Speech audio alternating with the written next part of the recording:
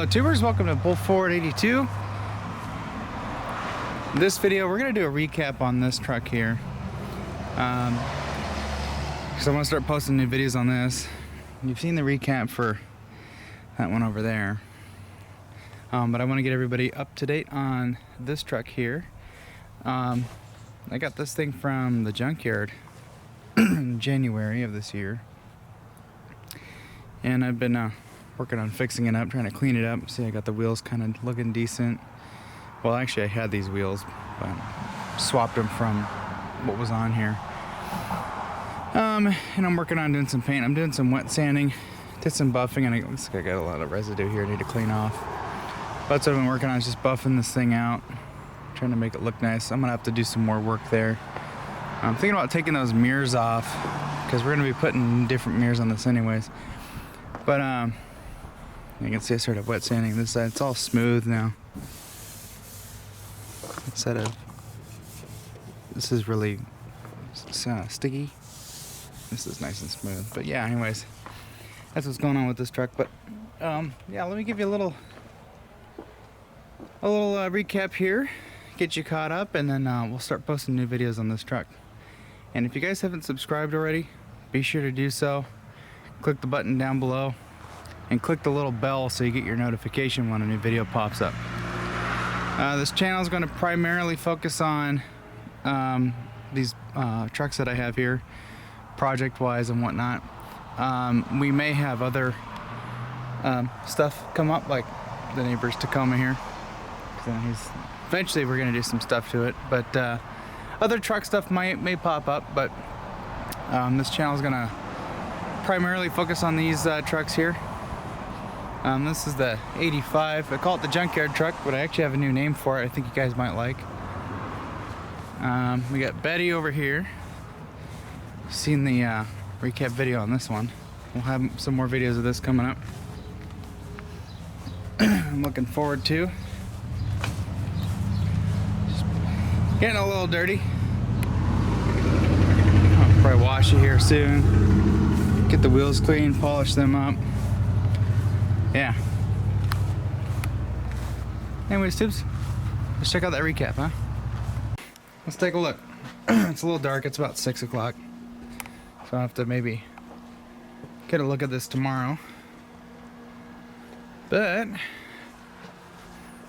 here it is.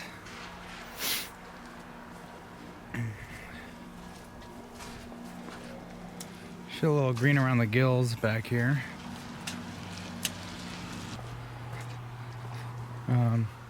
Yeah, this is at the Junkyard, and the pick and pull where I normally go, and have taken you guys a ride there a few times, getting stuff for the rigs.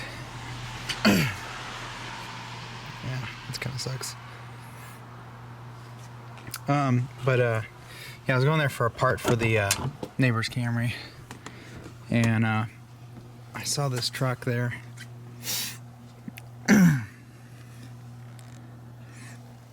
And yeah, they just got it in, and I was like, hey, you know, what's the going price for this? And the pick and pull typically sells builder cars for about $1,300, even their trucks. That's kind of their standard price. I'm pretty sure they paid next to nothing for this, but I could be wrong.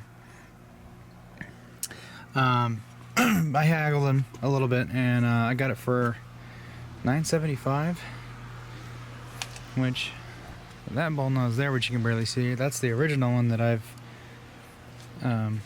built up over the years.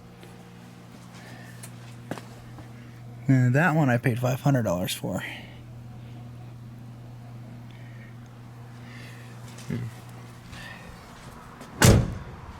Guys want to see what kind of motor it's got?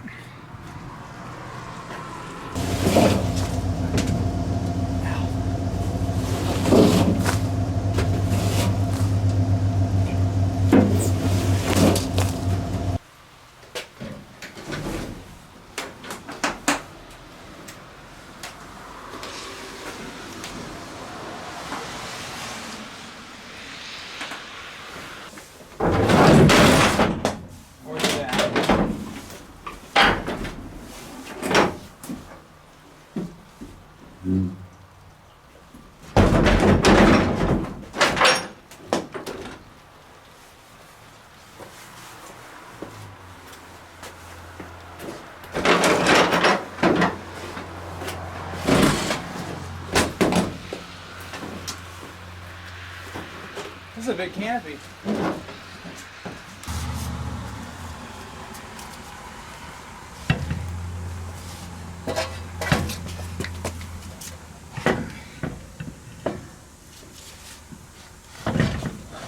These tires are just a tad bigger than what was on there, but not too big. Good, we're the same bolt pattern. Can you imagine if this was the 5.5 or the 4.5? Have a set of wheels that would fit the pattern, but not the hub here.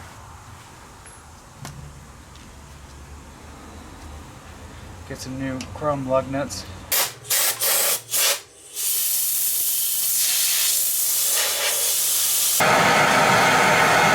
It was at least running good on that cylinder. You know, we could have a dirty injector on this other cylinder back here, and that could just be carbon and fuel and stuff that's just built up. So I may actually run some fuel injector cleaner through this. We got a chafed wire there, I just noticed. Anyway, sorry, getting sidetracked here. So yeah, that looks okay. We'll run some fuel cleaner and maybe we'll run a round of premium through it. Let's see, and there, like, failure to replace a leaking master cylinder will void your warranty on your booster. This has a newer, or a new-ish master, and it wasn't leaking. It wasn't wet when I took it apart, so I'm going to call it good. What I am contemplating on doing is painting this, but because it's cold and I really don't feel like turning the heater on, I might just throw this in and leave it as is.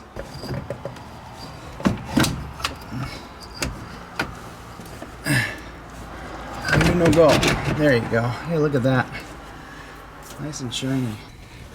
Yeah, I was really on a roll. I had music going and drinks and just taking stuff apart, and then now it's like, oh, what did I do?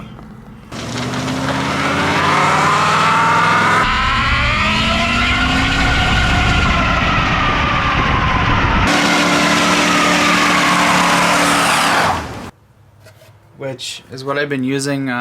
This is what Bronco Graveyard uses for their stuff. I'm just hoping with all these new sensors and stuff we can get this thing running tip-top shape. I mean, the engine itself is pretty healthy and the spark plugs were okay. But I want this to be a good, solid, reliable rig for not just for me, but when I go to sell it later down the road, whoever else goes to buy it will enjoy it too. Bought a new washer pump motor. Washer pump motor, is that redundant? Yeah. This one is flat dead. I got power when you push on the switch, but the motor is trash. I've got an 11/16 socket. I'm going to use this as a holder for this. Works good. This is what we're going to do today. Now, we've got all new sensors in this truck. Ooh, come on now. We got all new sensors in this truck, and it's still doing that weird starty thing when it gets hot. Or at operating temperature, and I'm thinking, you know, we've got a new oxygen sensor, and that won't come into play until it's running. We have put 2 different coolant temp sensors in it for the computer, no change, and then new air intake temperature sensor, that didn't change anything, and it's still having a problem. So I'm not really sure what's going on with it. You know, it runs fine once it's going. You know, it purrs along pretty good. The exhaust still smells a little rich. You know, I'm not sure if it just, you know, still needs to just drive for, you know, a while to actually fully warm up. Because after a while, you know, the steam goes away once it's nice and warm. So I'm not really sure what's going on. And you know, one person, I had this problem at the hardware store when I was getting lumber. I'm like, well, one guy's like, oh, you know, it could be, you know, an injector going bad, you know, after a while, you know, it gets warm and maybe there's a little bit of, you know, I don't know, maybe stiction or something, or it's leaking. You know, and that could be what's going on. One of the injectors could be flooding the engine when it goes to start. But I bet you though, if I plug my scanner in, it's going to say it has a coolant temp sensor issue, which is, you're like, why? It has 2 different sensors. They ohm out to factory spec. So, you know, what's up? All right, tubes, I'm doing a little bit of dicking around here off camera. So, you know that our alternator is pretty much shot, but guess what? I had parts to make a 3G fit in here. I had the 3G alternator from the Explorer. It was the big case 135 amp alternator. I was a little skeptical with it because the Explorer was having some weird pulsating light stuff going on, and I thought it was the alternator, but it just turns out that thing was a piece of shit. This alternator here, I just got everything cobbled together to test it, and I have none of the flickering light shenanigans going on. So, well, I don't have the lights on, so I can't show you. And the engine's not running. Yeah. What I did is I just swapped the face out. I'll show you. This is what this alternator had. This face on it. It was it was this one. This is what the Explorers and newer OBS trucks use. This alternator is actually garbage. This one's from the Lincoln. You know, I really wish I had tools. I should have taken that alternator out of the Lincoln because that was a 200 amp alternator. I just didn't have the tools with me to grab it. I could have swapped the face on that one. But anyway, so I had the pigtail and everything from the Explorer. This is the other end of the charge wire. I will need to upgrade this one because I'm using the factory one because I want to make a new cable for it. So this is, you know, hey, same color. Yeah, it's like half the size as that. So we'll have to be careful with that. It is fused. This does have a fused link. But we're gonna roll with this for right now until I get some new cabling. But what I did is I unloomed the factory alternator wiring, and I was trying to, I made this a little more complicated on myself than it really needed to be. So what I'm doing is, or what you need to do if you want to wire a 3G, this is actually really simple once you get the functionality down to the wires. This green and like violet or whatever is a key on. This yellow wire that goes into the regulator, this internal regulator, that's hooked to, got this little hanging off of it and then plugged into a capacitor. This has always got battery power. So what this was doing was actually feeding power to the regulator. This would turn on the regulator, and then the regulator would send power to this wire, which is what activates your alternator. So what I did is just loosely set all this up. So this green wire is going to what was the original trigger wire for the alternator, and this goes to your green and red wire on your plug, and then your let's see, what is this, yellow and white, yellow with a white stripe, that is going to go to battery positive. So I've got that happening through this wire. And then there's in the middle of the pigtail, there's a like a white and black little wire that needs to loop around and go plug into that tiny square plug that goes into the back of the side of the alternator there. So I've got a little spade in there. I'm missing that one piece, but I got a spade in there, so that it's actually in there pretty good. It's better than the plastic piece that was in there, so I'll probably leave that for now. So yeah, and before you mess around with, you know, starting this up and testing the alternator, make sure that you have everything hooked up where it needs to go, and also make sure you have your battery cable hooked up, because what will happen is if the alternator can't sense you know, the actual battery, what will happen is it will go to full voltage, and this freaking thing put out 42 volts because I was trying to test it before I hooked anything up and make sure I had it right. And yeah, she was putting out some voltage. Oh shit.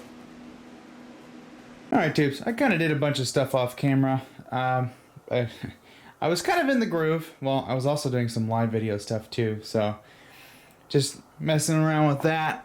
But I'll show you what I've got going on here. Looks like we have a ground wire that's kind of messed up. Oh, it's just a grounding cable. This is the complete EFI harness here. I did have to cut some stuff here. But this is... And I asked a few of you to see if, you know, I should paint the valve covers, and I think we're going to go ahead and do that. We're going to paint them, might go pick up some blue paint, and we'll do those blue, and yeah, that'll look pretty good. So what I'm you know, got that in there. It's all loose in there. I just kind of put it in by hand. So that EGR passage right there, you see that? We are going to, this is what I'm going to do. I am going to, I'm going to be ordering a spacer. I just measured the stud pattern on here, and this is 5 1/8 and then 3 1/2 for that pattern. So what I'm going to do is I'm going to get an aluminum spacer, and I think what I'll do is the aluminum spacer is going to go right here, and I'm probably just going to seal it up here with some high temp silicone, and then the top part will just, you know, have a regular gasket, and then the carburetor will go on top of that. So that spacer will kind of emulate the EGR spacer that used to be there, but we'll have that EGR completely blocked off.